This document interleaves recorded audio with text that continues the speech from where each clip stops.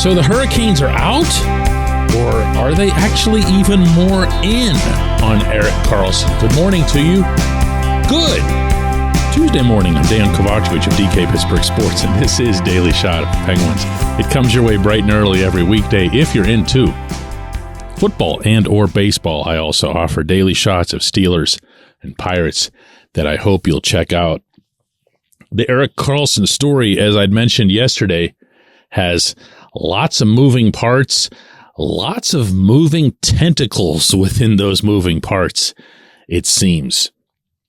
Because yesterday, when Carolina management added a fourth right-handed defenseman to their mix by signing Tony DeAngelo, 1 year, $1.6 million, not a big financial deal, obviously, but it sure looked like they were setting themselves up, as in, that's it.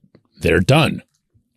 They have no more use for Karlsson or any other right-handed defenseman.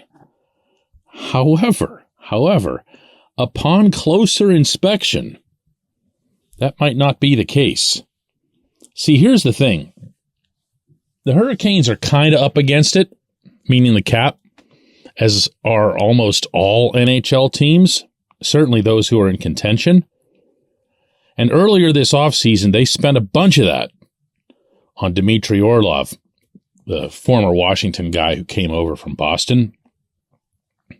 And they put themselves in a spot where they've got a lot of these guys. I mean, it's feeling for years now like the Hurricanes almost have a monopoly on all the better mobile defensemen in the Eastern Conference, but that's just what they prioritize. It's what they believe in. And Orlov sure won't disappoint them in that regard. But the odd man out, apparently, in this scenario in Raleigh, is Brett Pesce, who's been there for 7 years, a good, reliable guy. He was a draft pick of theirs who came up through the system, and he's only 28 years old. And there's been a theory for a while now that Carolina's piece that's being offered to Mike Grier in San Jose for Karlsson is Pesce.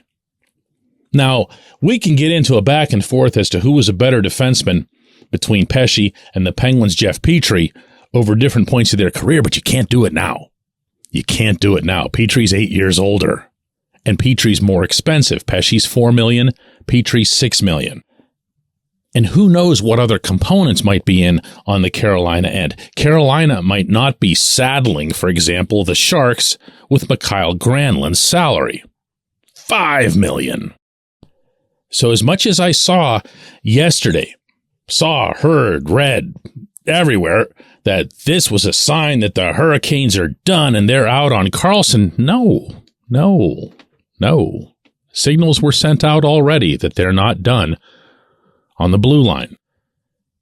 And all of this begs the question, purely from the Pittsburgh perspective, how far do you go? How far do you go?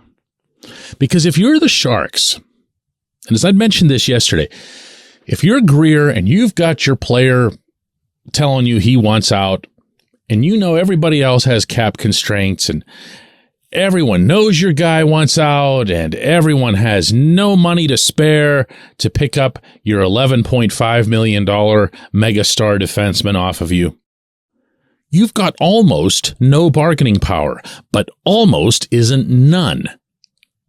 And if Grier looks in the direction of Raleigh and says, you'll give me Brett Pesce and, I don't know, some other future stuff, draft picks, prospects, whatever, and Pittsburgh's going to give me two guys, one of whom I have no use for, meaning Granlund, and Petrie, who's not going to be of any use to me maybe after the coming season, maybe not even this coming season.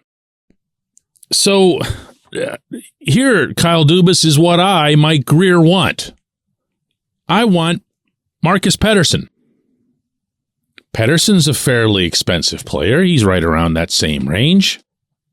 Difference is, Pettersson is a younger guy who stepped up last season, and for significant stretches, was Pittsburgh's very best guy at the position.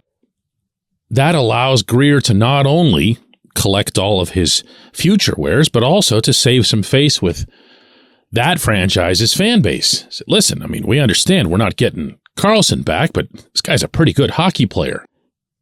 Instead of what it would appear like the only viable deal with the Penguins would be, which is just a complete, I have to move this guy, so I'm going to move this guy type of transaction.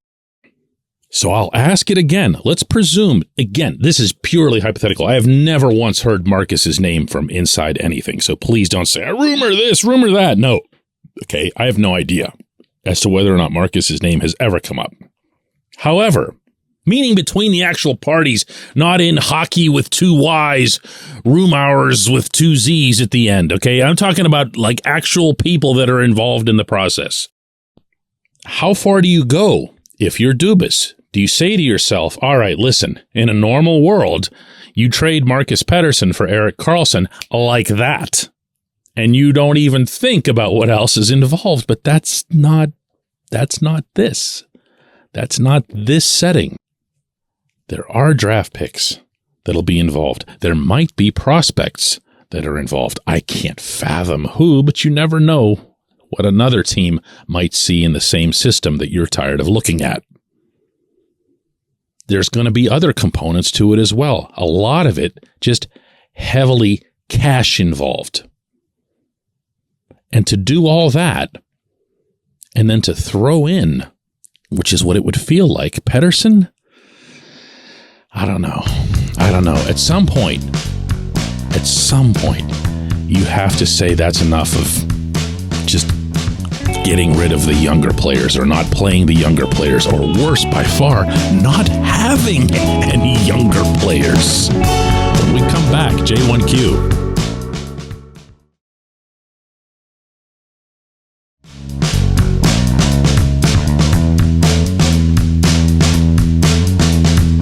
Today's J1Q, since this is apparently the all-Swedish edition of Daily Shot of Penguins, comes from Lasse Eriksson over in Sweden. He says, hi, DK. Love your daily shots over here. I have a question for you. Who would you rank in 5th place on the Penguins' all-time list behind Mario Lemieux, Sidney Crosby, Jaromir Jagr, and Evgeny Malkin? And I'm not going to lie to you, Lasse. I gave this first just a instant of thought and came up with the answer. But then I backed off and said, hang on a second. I mean, they've been around for half century and change, won a lot of championships, won a lot of individual awards. Let's give this some real thought. And I did. And I thought about the goaltending position to start there. And Tom Barrasso just now going into the Hall of Fame. And I thought about Marc-Andre Fleury, who holds all of the goaltending records. And he'll have a shot at the Hall himself someday. Then I thought about other forwards, all these phenomenal forwards and scorers who've passed through. And even going back into the 70s when Lucky Pierre LaRouche was putting up 54 goals, Rick Kehoe was a 50-goal guy. The supporting cast that would end up being built eventually around Mario, with half of that group going into the Hall. Now on into the 90s, and if we were talking about talent alone, nothing other than talent, Alexei Kovalev makes it somewhere onto this list. I don't care where, he just does. But at the end of the day, you don't really have to overthink things.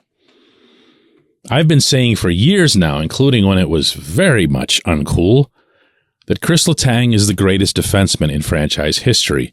Please don't come back at me with Paul Coffey, who was only here for 5 years, Larry Murphy, who was only here for that long.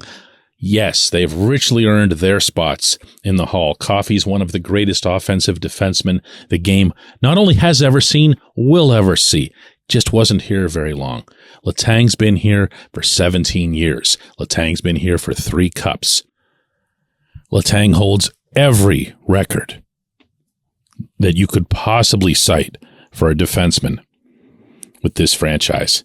Now, he's never gotten a Norris Trophy, and I don't know that he will at this stage of his career, although we have seen over time in hockey where defensemen will have truly spectacular years, even into their late 30s. Raymond Bourque jumps out for me in that category, but he's the one.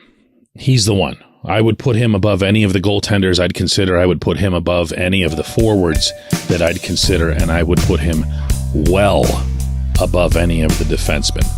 He's the one. I appreciate the question, Lasse. I appreciate everyone who listens to Daily Shot of Penguins, whether it's in Sweden or South Africa or, right here in Pittsburgh. Let's do it again tomorrow, guys.